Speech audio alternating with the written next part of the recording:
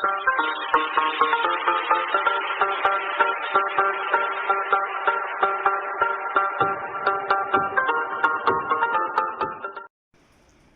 اللہ الرحمن الرحیم۔ السلام علیکم۔ میری آج کی ویڈیو کا موضوع نرگسیت کے دو مختلف رخوں کے حوالے سے ہے۔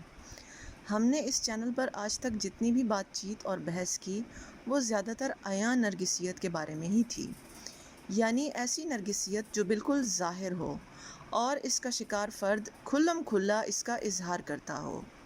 لیکن مشاہدے میں آیا ہے کہ ضروری نہیں کہ نرگسیت کا شکار فرد یعنی نارک ہمیشہ اپنی نرگسیت کا کھلم کھلا اظہار ہی کرتا ہو۔ بعض دفعہ اس کی یہ خصوصیت پوشیدہ بھی ہوتی ہے، یعنی بظاہر تو وہ ایک عام انسان نظر آتا ہے جس کے اندر عاجزی پائی جاتی ہو، لیکن جب اس کے قریب جائیں تو اس کی نرگسیت آہستہ آہستہ آپ پر آشکار ہو۔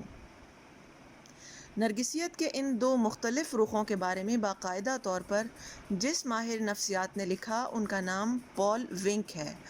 اور انہوں نے 1991 میں اپنی ایک تحریر کے ذریعے سے ان دونوں کا تفصیلی موازنہ کر کے ان کے منفرد پہلوؤں کو اجاگر کیا۔ پال ونک کا کہنا تھا کہ نرگسیت کے ان دونوں پہلوؤں کے اندر کچھ چیزیں مشترک ہوتی ہیں، مثلاً دھوکہ دہی، احساس برتری کی وجہ سے کچھ چیزوں کو اپنا استحقاق سمجھنا، اور دوسروں کے جذبات اور ان کی ضروریات کا احساس نہ رکھنا وغیرہ۔ انہی خصوصیات کی وجہ سے ان دونوں قسموں کو نرگسیت کے ایک ہی زمرے میں لایا جاتا ہے۔ دونوں کے اندر خود بینی کی صلاحیت موجود نہیں ہوتی اور نہ ہی وہ اپنے آپ کو سدھار سکتے ہیں، مگر جو خصوصیات ان دونوں کو ایک دوسرے سے ممتاز کرتی ہیں وہ مندرجہ ذیل ہے۔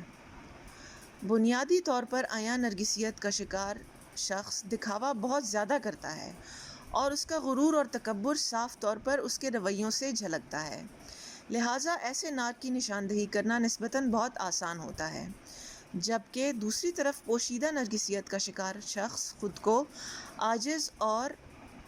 حساس ظاہر کرتا ہے، مگر جو لوگ اس کو قریب سے جانتے ہیں ان کو تجربہ ہو جاتا ہے کہ نرگسیت کی خطرناک خصوصیات اس میں بدرجہ اتم موجود ہیں، اور وہ دنیا کے سامنے محض عاجزی کا لبادہ اوڑھ کر دراصل اپنے اصلی اہداف کو چھپانے کی کوشش کرتا ہے۔ عیاں نرگسیت کا شکار شخص عموماً محفلوں میں اپنی پرکشش شخصیت کی وجہ سے نمایاں ہوتا ہے۔ وہ کھل کر اپنی تعریف آپ کرتا ہے اور دوسروں سے اپنے لیے تعریفیں بٹورنے کا خواہش مند ہوتا ہے،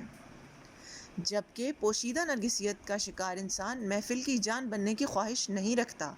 اور نہ ہی اسے لوگوں کی توجہ کا مرکز بننے کا شوق ہوتا ہے۔ وہ اپنی تعریف آپ تو نہیں کرتا، ہاں، مگر اپنے اوپر ذرا سی تنقید بھی برداشت کرنے کا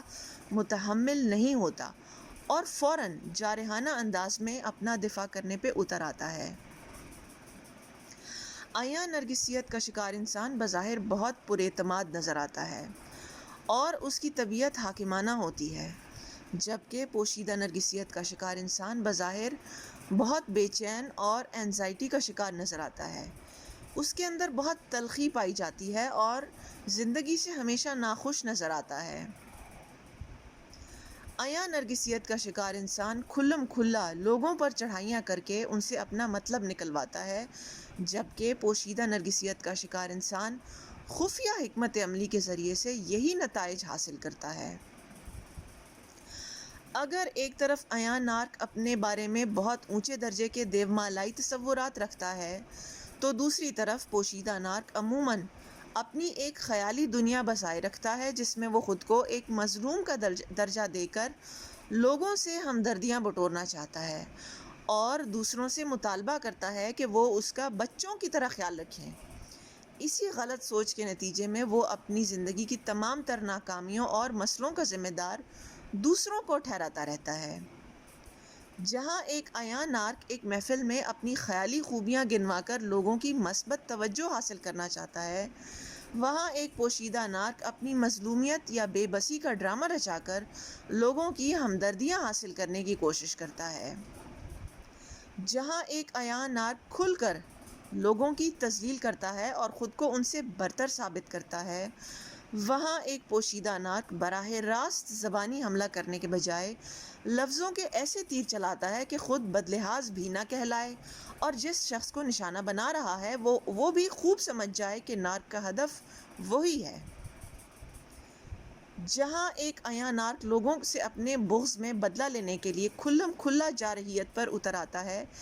وہاں ایک پوشیدہ نارک خاموشی سے آپ کی جڑوں کو کھودتا رہتا ہے، یہاں تک کہ آپ کو اس پہ شک بھی نہیں ہو پاتا۔ یہ چند بنیادی نکتے تھے جن کی بنیاد پر نرگسیت کو دو قسموں میں تقسیم کیا جاتا ہے، مگر عمومی طور پر دونوں طرح کے نارک ہی لوگوں کا استحصال کر کر کے اپنی دنیا بناتے ہیں۔